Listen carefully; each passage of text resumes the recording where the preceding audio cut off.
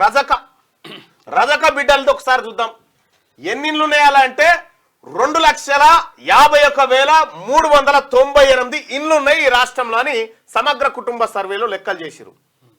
ఏది ఆయన కేసీఆర్ ఒక్క రోజుల అందరు ఇంటికానే ఉండాలి, మేకలన్నీ కోళ్ళని చెప్పాలని అన్నది తేలిన లెక్క ఎంతంటే రజకులు ఎంతమంది అంటే 2,51,398 ఇండ్లు ఉన్నాయి వాళ్ళని చెప్పారు. వాళ్ళ పాపులేషన్ ఎంత అని చూపించారంటే 8,66,243 మంది ఉన్నారని చెప్పి చూపించారు. 8,66,243 మంది ఉన్నారని చెప్పి చూపించారు. వాళ్ళ పర్సెంటేజ్ ఎంత టోటల్ పాపులేషన్లో 2.47% అని చెప్పి చూపించారు. 2.47 ఎంత అయ్యా వాళ్ళ పేరు మీద ఓన్లీ సోదరులారా, రజక సోదరులారా, ఇంకా అర్థమయ్యే భాషలో చెప్తా, పొరపాటుగా భావించకండి. సాకలి వాళ్ళ మీద గతంలో ఉన్నటువంటి నాయకులంతా ఈ ఏలికలు ఈ ముఖ్యమంత్రులంతా కలిసి ఏం చేసిరా అంటే 16,573 కోట్ల రూపాయలు అప్పు తెచ్చిరు. 16,573 కోట్ల రూపాయలు సాకలోళ్ళ రక్త మాంసాలు అమ్మి తెచ్చిన సొమ్మది అప్పు. వాళ్ళని తాకట్టు పెట్టి, వాళ్ళ కుతికేలు తాకట్టు పెట్టి, వాళ్ళ జుట్టు తాకట్టు పెట్టి 16,573 కోట్ల రూపాయలు రజకుల దగ్గర తెచ్చారు. ఈ రజకులకు ఈ ప్రభుత్వాలు ఇచ్చిన ఎన్ని 197 కోట్లు ఇచ్చినే, ఇంకా ముట్టలే. కానీ ఇవి మాత్రం అప్పులు అయిపోయినాయి. మీ మీద అప్పు అయితే తెచ్చుకొని పెట్టుకోరు. కానీ 197 కోట్ల రూపాయలు ఇచ్చి ఈ రజకులను మేము ఆదుకుంటా ఉన్నాం, ఈ రజక శక్తిని రూపొంది, ఇవన్నీ ఉత్త డైలాగులే. దోబిఘాట్లు కూడా కట్టలే. మళ్ళా ఈ 197 కోట్లల్లో కూడా మళ్ళీ ఈ పెద్ద మనుషులు బట్టలు మిండి మైలు తీస్తానికే 100 కోట్ల కేటాయింపు ఉంటుంది. ఇలా మైలలు తీస్తానికే. రజకులారా, మీ దగ్గర నుంచి 84 రూపాయలు గుంజుకపోయి మీకు 1 రూపాయి ఇచ్చి మేము 1 రూపాయి పెట్టిన దేవుళ్ళం మేమని చెప్తా ఉన్నారు. ఈడ దాదాపుగా 6,300 కోట్లు, 6,400 కోట్లు రజకుల సొమ్ము తింటురు. రాసుకో చెప్తా. 6,300 కోట్లు రజకుల సొమ్ము ఎవడు తింటుండో. ఇది కాకుండా దాదాపుగా 10,000 కోట్లు కురుమోళ్ళ సొమ్ము ఎవడు తింటుండు. 10,500 కోట్లు పద్మశాలీలై దాదాపుగా 23,000 కోట్ల రూపాయల సొమ్ము ఎవడు తింటుండు.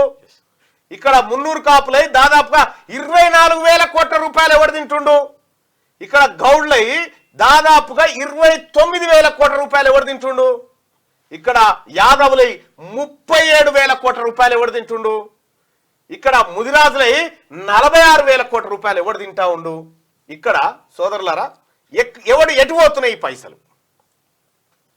ఇక మొత్తం ఎంబీసీలకు సంబంధించి సాకలి, మంగలి, కుమ్మరి, కమ్మరి చేతి వృత్తి పనులకు సంబంధించి మోస్ట్ బ్యాక్వర్డ్ ఈ చేతి వృత్తి పనులు చేసుకునేటువంటి బీసీఏ కులాలను తాకట్టు పెట్టి, బీసీఏ కులాలు ఎంతమంది ఉన్నారని చెప్పారు. వాళ్ళ పాపులేషన్ 30,40,376 మంది ఉన్నారని చెప్పారు. బీసీఏ వడ్డెర గిడ్డర వీళ్ళందరూ కలిసి ఒక తాన ఈ చిన్న వీళ్ళ పర్సెంటేజ్ ఎంత 88.68% ఉన్నారు మొత్తం పాపులేషన్ లో. వీళ్ళ పేరు మీద ఎంత అప్పు తెచ్చిరా 58,242 కోట్ల రూపాయలు అప్పు తెచ్చారు. తెచ్చి వీళ్ళకి ఎంత ఇచ్చిరా అంటే 58,000 కోట్ల రూపాయలు ఎంబీసీల దగ్గర గుంజుకొని 694 కోట్ల రూపాయల బిచ్చం పాడేసిరు ఎంబీసీలకు. ఇది ఎంబీసీ. మరి ఎట్టుపోతా ఉన్నాయి ఇప్పుడు ఎంబీసీల దాంట్లో దాదాపుగా 58,000 కోట్లు. ఎన్ని కోట్లు మొత్తం ఒకసారి చెప్పు.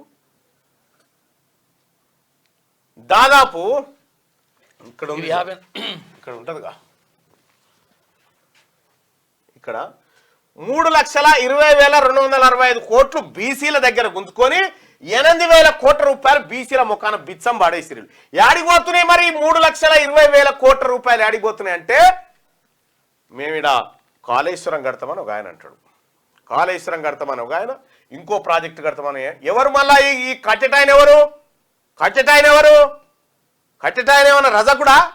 కట్టెటాయన ఏమైనా గౌన్లాయన్నా? కట్టెటాయన పద్మశాల? కట్టెటాయన ముదిరాజా?